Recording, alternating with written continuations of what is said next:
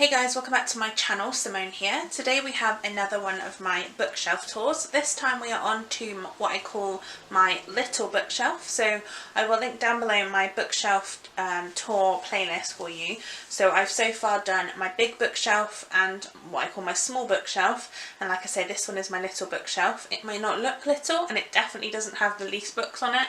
But the actual bookshelves themselves are very small, which you can't even see in this. It is down below the two stacks here.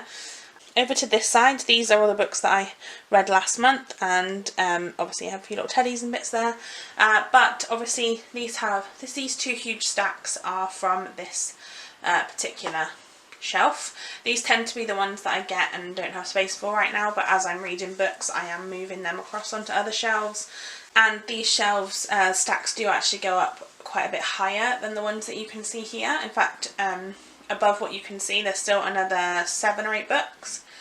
But yes, today I'm going to talk about the first stack, so it's going to be the stack on the left hand side, and then obviously my next video will be the right hand stack, and then there will be 2 videos, one for each of the shelves of this bookshelf. But let's get started with the ones in the stack 1. Up first we have Ambush by James Patterson and James O'Bourne. This is a Michael Bennett thriller story, and I've not actually read any of the Michael Bennett series yet. This one follows a case where the killer becomes a bit more personal and is trying to make it personal with the detective, and yeah, I'm looking forward to this. This one also includes a bonus story called Manhunt, which I don't know anything about. My dad really enjoyed this one and I love James Patterson, so I will read it at some point. Next up is Unnatural Causes by Dr. Richard Shepherd. This is the life and many deaths of Britain's top forensic pathologist. Dr. Richard Shepherd is a pathologist who appears a lot on the true documentary series Autopsy, which I really enjoy. It talks about celebrity deaths and kind of how they happened, and he reads through the autopsy reports. And if you haven't seen my September TBR, I will link it down below. I am reading this with Nicole from A Beautiful Chaos of Books and Victoria from What Victoria Read. We are buddy reading this in September, so I'll obviously let you know how that goes, but I'm really looking forward to it, and I think this could be a really good, interesting read. We then have Lying to You by Amanda Reynolds, which is a new author to me. Amanda Reynolds has written a book about a woman named Jess who accuses her university lecturer, I guess, of something pretty horrendous, and then it all gets swept under the carpet and his wife sticks by him, and then 10 years later Jess comes back and it's all going to come out again. And yes, I'm really looking forward to reading this. Sounds really different and like something I haven't read yet, and I'm looking forward to seeing what the twists in this will be. Next up we have Slave Girl by Sarah Forsyth with Tim Tate. Sarah Forsyth is telling her own story in this, where basically she had a pretty horrendous childhood, and then to get out of that she trains to be a nursery nurse, and she takes a job in a creche in Amsterdam. However, she turns up in Amsterdam and realises quite quickly that there is no job, there is no creche, and she is abducted and sold as a sex slave for prostitution and drugs. And yeah, it's pretty horrendous, but this is a true story, so definitely one that I'm considering for the non-fiction November. Then we have The Raven Boys by Maggie Stiefvater. I need to read this quite quickly, I think. I feel like this has been on my shelf for so long. I'm not going to try and tell you a synopsis for this because, as I mentioned in a previous video, I don't believe that any of the synopsis that I've heard is the actual synopsis. So yes, I'm going to read it and then I will obviously let you know what I think. I read The Scorpio Races by Maggie Stiefvater and I absolutely loved it, so definitely something that I want to pick up sooner rather than later. And also I've got a little mini pact with Kaz from Cats and Camera. She said if I read this, she'll read The Scorpio Races, so we'll see how we both do. We then have a beautiful book. This is Rebel of the Sands by Alwyn Hamilton. This is a YA fantasy as far as I know, and I don't really know anything else about it. I was going to unhaul this. I mentioned it in the unhaul video that I did a while ago, but I was convinced by people to keep this one, so I do have it on my shelf still. Hopefully I will pick it up at some point because, you know, I'm keeping it now. Again, I don't know anything else about this, but I've heard good things. Next up we have The Last Magician by Lisa Maxwell. If I'm honest, I don't really know what this one's about either, but I bought it because I was originally going to be doing the Disney-a-thon in August, which I didn't end up taking part in, unfortunately, just because of other commitments. But it's a readathon that was hosted by the wonderful Izzy from Is Currently Reading. I will link Izzy's channel below because I think she's amazing. And the group book for Aladdin, which was the group that I was initially put into, was The Last Magician. So I bought this, like I said, with the intention of reading it in August for that readathon, but just didn't get around to taking part in the readathon, unfortunately. So yes, this one is definitely a book that I will read at some point in the future. I think it's about magic, and I think it's got some kind of historical elements to it, so definitely sounds something that could be interesting and a bit different for me. So yes, I will read it at some point. Next up we have Outsider by Stephen King. As you all know, I love Stephen King. This is kind of the classic how can a killer be in two places at once thing, and apparently this is a new take on that. So this follows a murder where a man is quite obviously the main suspect, however he has an alibi where he was 70 miles away. So yeah, this could be exciting and definitely one that I'm looking forward to reading. Then we have Miracle on Regent Street by Ali Harris. This is a book that when I saw it in a charity shop, it made me think of Emily from Novel Novels. Just something about it just really brought her to mind. So this one is about a lady named Evie Taylor who works in the stockroom of a department store that's kind of gone past its best time, I guess. And she finds out that 3 weeks before Christmas that this department store is in danger of being shut down, and so she basically takes it upon herself for 3 months. She has 3 weeks to completely turn it around, basically, and apparently this is really Christmassy and really lovely and heartwarming. So yeah, I feel like maybe I'll read this one at Christmas time because it sounds like a perfect read for then. Next up is Wild Swans by Jung Chang. This is called The Three Daughters of China, and all I know is that this is a generational story. I believe it's actually about Jung Chang's family, but I could be completely wrong. But either way, I'm looking forward to reading this. I know that Emily and Charlie were going to buddy read this at some point. I'm not sure if I will buddy read this with them because I believe it's going to be before the end of the year, but if it's not, maybe I'll do that with them next year. But otherwise, I do want to read this. We then have A Brief History of Seven Killings by Marlon James. This book was shortlisted for the Man Booker Prize in 2015, and it is an account of what happened when 7 gunmen went into Bob Marley's house and shot him, but I think he survived, but the gunmen were never caught. So yes, again, it could be really interesting. So up next on the list, as you might be able to see, is 4 of Maya Angelou's 6 biographies. So there is one over this side as well, which I'll obviously talk about in the next video.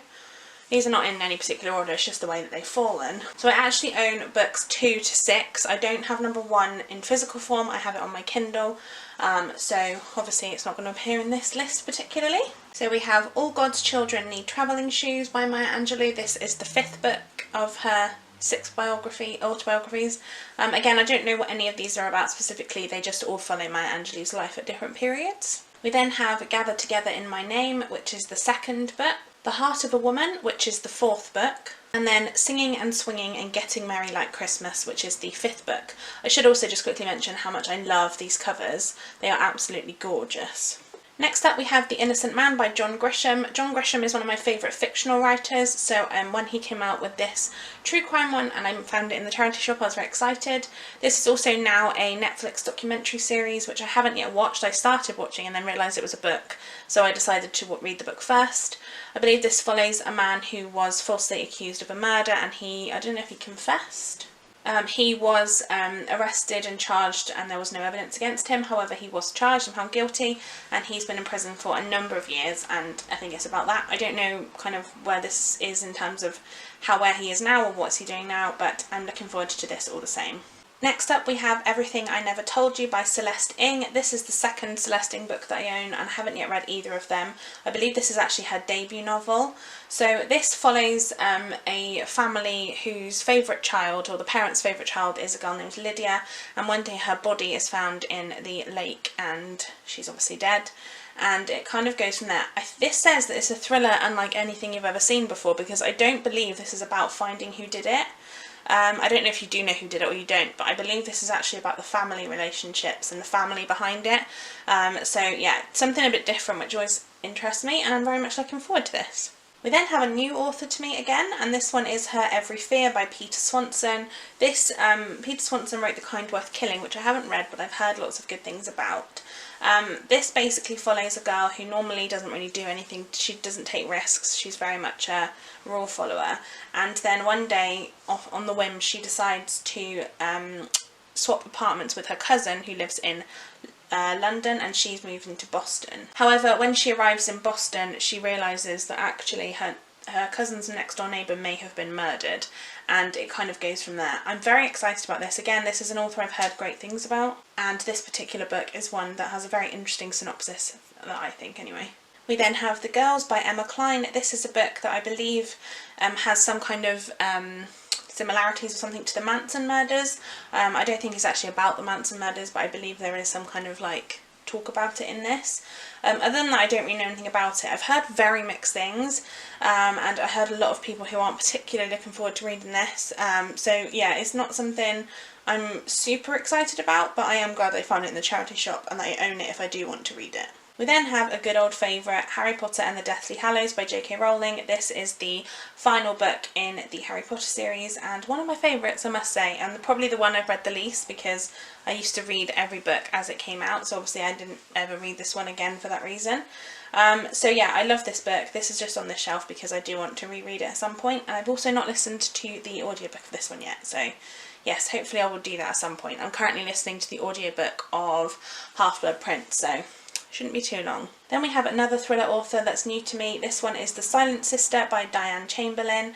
This follows a woman who has grown up her whole life thinking that her older sister Lisa died really tragically when she was a child, and now she finds out that Lisa is actually alive and under a new identity, and then it's kind of about what happens and why she's living under that identity, etc, etc.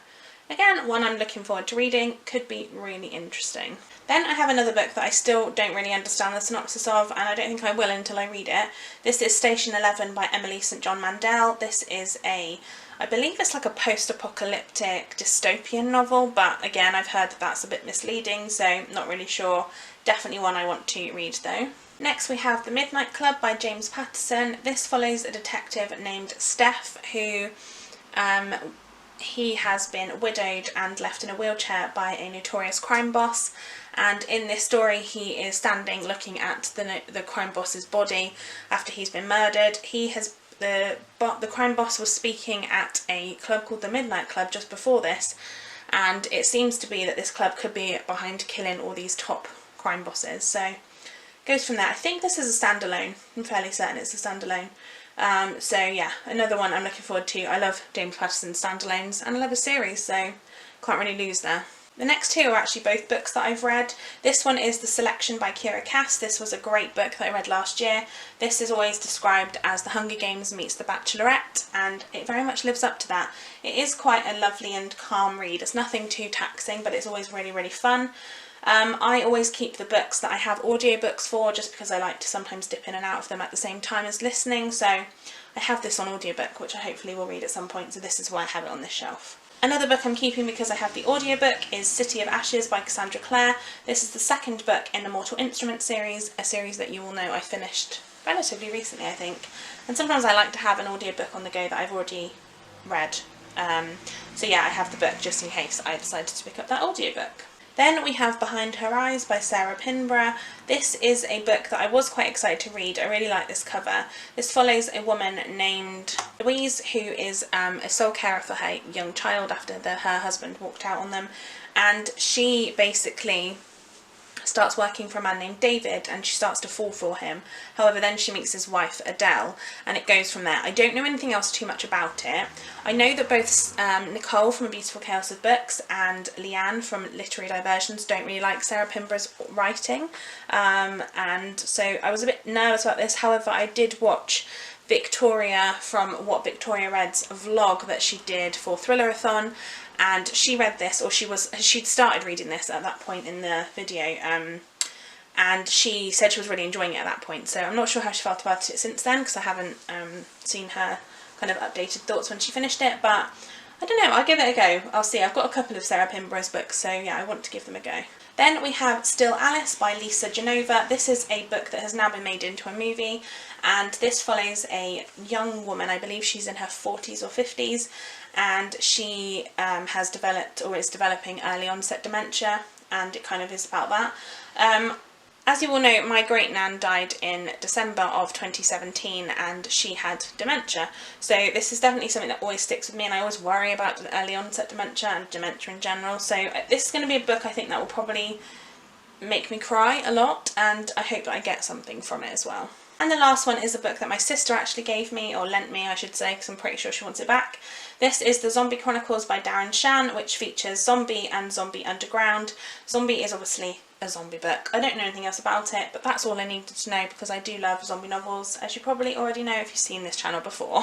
So there you have it, guys. Those are all of the books on my first stack of books. Like I said, keep tuned for the other stack, which I will film at some point and get up for you. I hope that you're enjoying this series. Like I said, after this one there's only going to be 3 more, so savour them while they last. Let me know down in the comments which of these books you want me to read first. I definitely will take that into consideration. Today's video shout out is going to be for the wonderful Ariel from the channel Ariel Bissett. Everyone probably knows Ariel. She's very, very creative. She was one of the creators of the Reading Rush, formerly known as Booktubeathon, and I just love watching her videos. She is a bigger booktuber, but for some reason I always feel like homely when I sit down and watch her videos. She's so creative, comes up with so many different ideas, and I absolutely love her. So go and check out her channel if you haven't already for any reason. Give this video a thumbs up if you enjoyed it, and subscribe to my channel if you haven't already, and I shall see you next time for another video. Bye guys!